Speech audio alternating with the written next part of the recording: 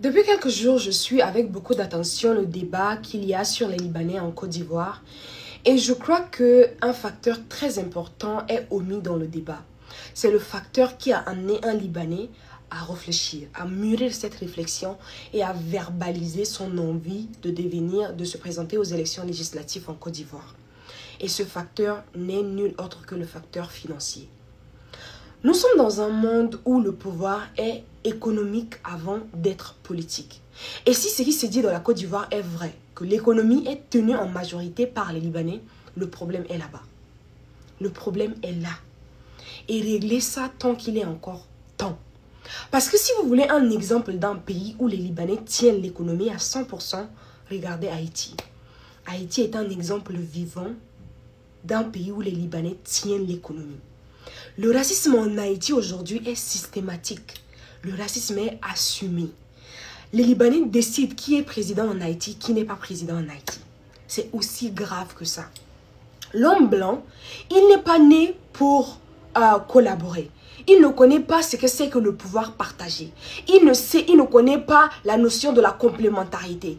Il croit qu'il est né systématiquement pour gouverner, pour imposer, pour discipliner, pour endoctriner. Il croit qu'il est né supérieur. Il est né supérieur. Et encore plus l'homme arabe.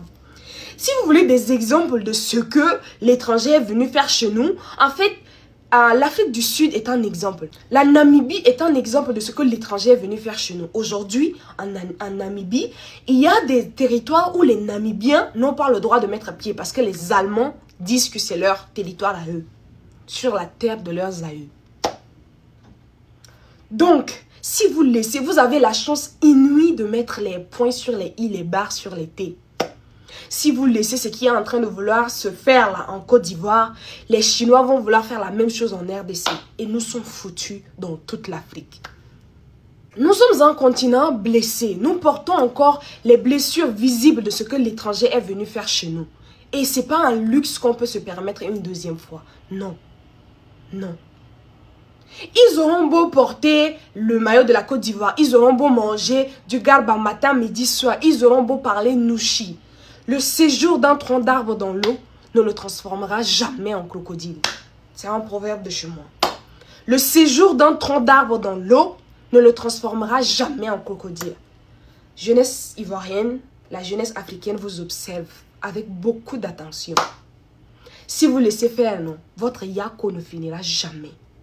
Jamais, je vous dis. Partage la vidéo et puis abonne-toi.